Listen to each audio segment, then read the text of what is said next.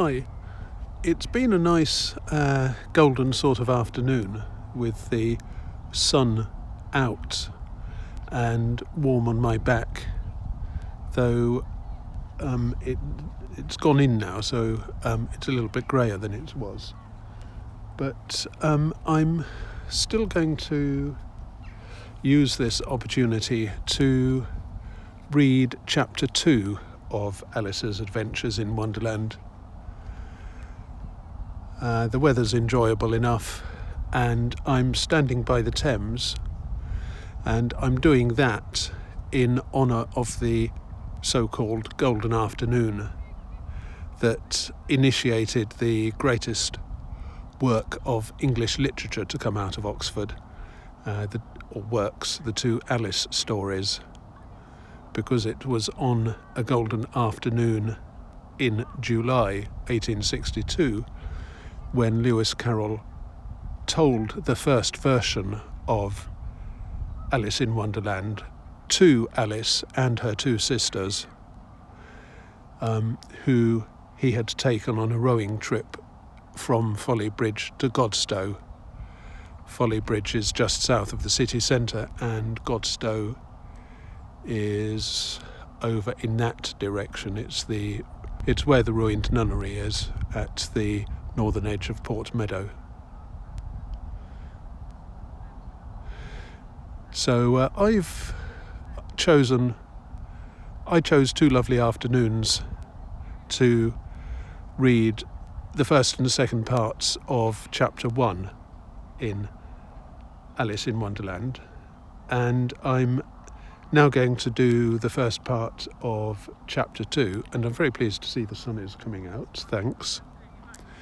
And as I say, I'm standing on the banks of the Thames. This may seem a little unlikely, but in fact we've had massive flooding over the past few days, and the Thames is now extending most of the way across Port Meadow. So technically I'm fairly sure that this can be called the Thames.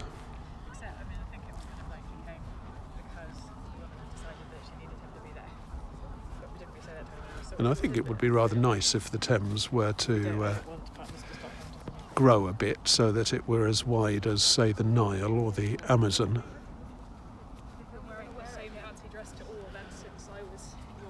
We might then have Thames Prime instead of Amazon Prime.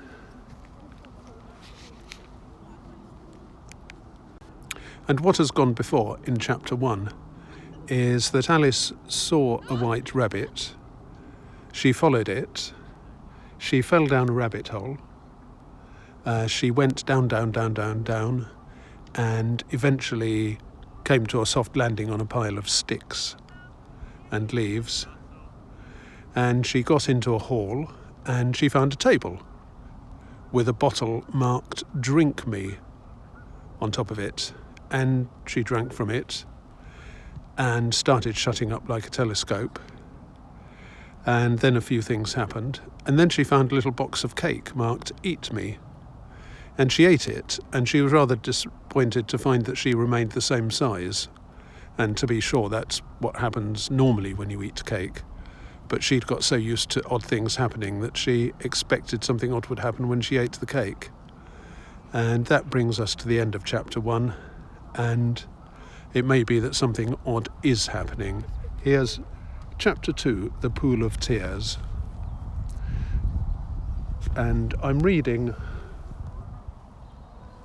from this, the annotated Alice,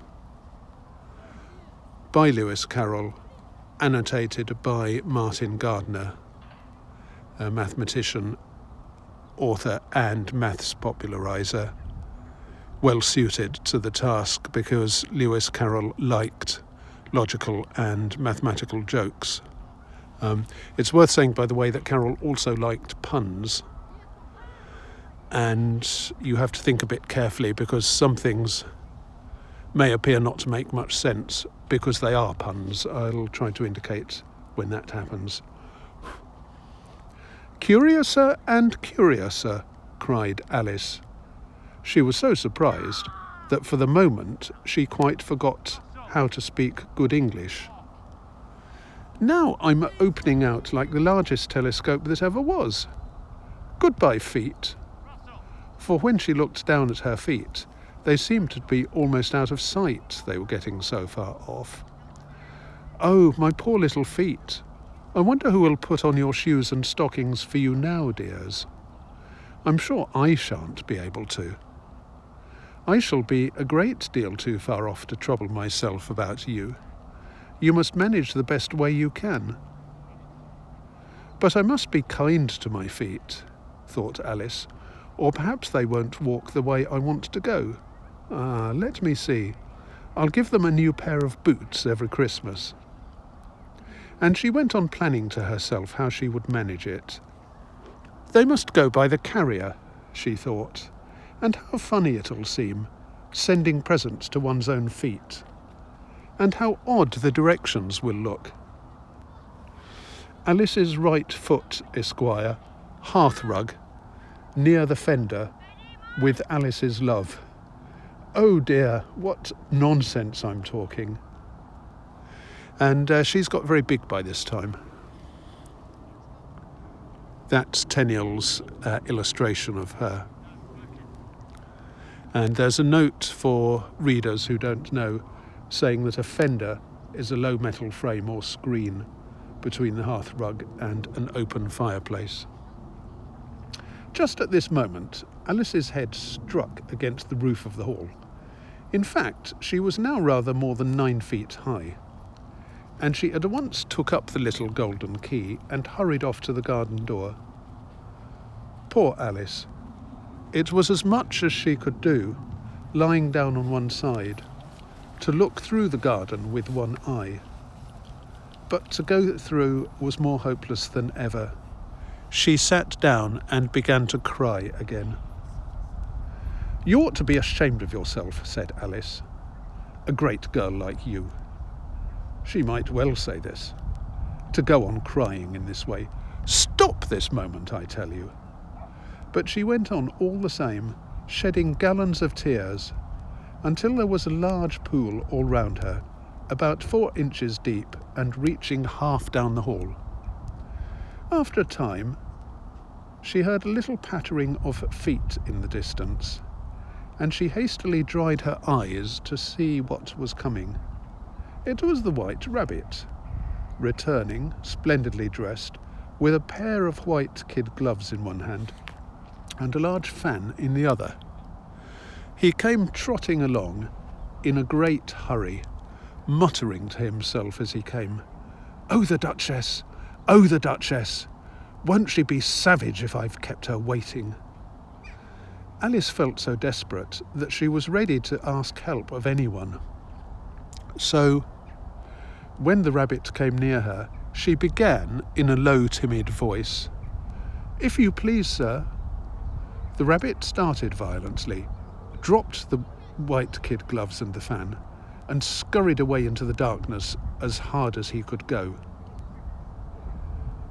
Alice took up the fan and gloves, and, as the hall was very hot, she kept fanning herself all the time she went on talking. Dear, dear, how queer everything is today. And yesterday things went on just as normal. I wonder if I've been changed in the night. Let me think. Was I the same when I got up this morning? I almost think I can remember feeling a little different. But if I'm not the same, the next question is, who in the world am I? That's the great puzzle.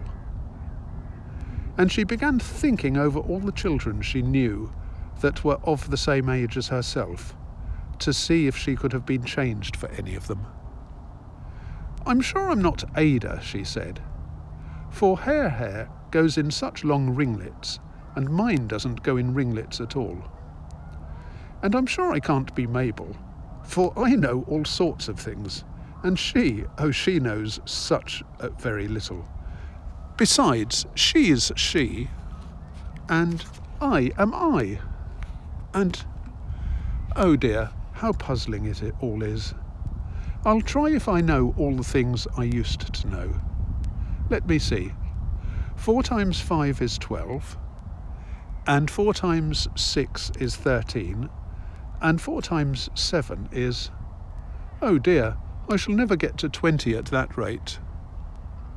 However, the multiplication table doesn't signify. Let's try geography. London is the capital of Paris, and Paris is the capital of Rome, and Rome? No, that's all wrong. I'm certain. I must have been changed for Mabel. I'll try and say, how doth the little... And she crossed her hands on her lap as if she were saying lessons, and began to repeat it.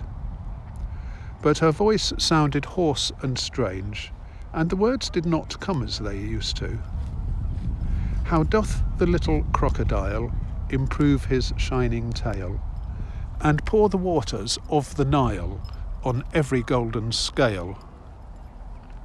How cheerfully he seems to grin, how neatly spreads his claws, and welcomes little fishes in, with gently smiling jaws.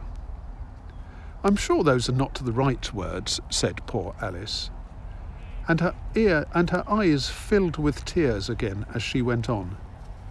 I must be Mabel after all, and I shall have to go and live in that poky little house, and have next to no toys to play with, and oh, ever so many lessons to learn. No, I've made up my mind about it. If I am Mabel, I'll stay down here. It'll be no use their putting their heads down and saying, "Come up again, dear." I shall only look up and say, "Who am I then? Tell me that." And then, if I like being that person, I'll come up. If not, I'll stay down here until I'm someone else. But, oh dear, said Alice, with a sudden burst of tears, I do wish they would put their heads down. I am so very tired of being all alone here. As she said this, she looked down at her hands and was surprised to see that she had put on one of the rabbit's little white kid gloves while she was talking. How can I have done that, she thought. I must be growing small again. She got up and went to the table to measure herself by it, and found that, as nearly as she could guess, she was now about 2 feet high and was going on shrinking rapidly.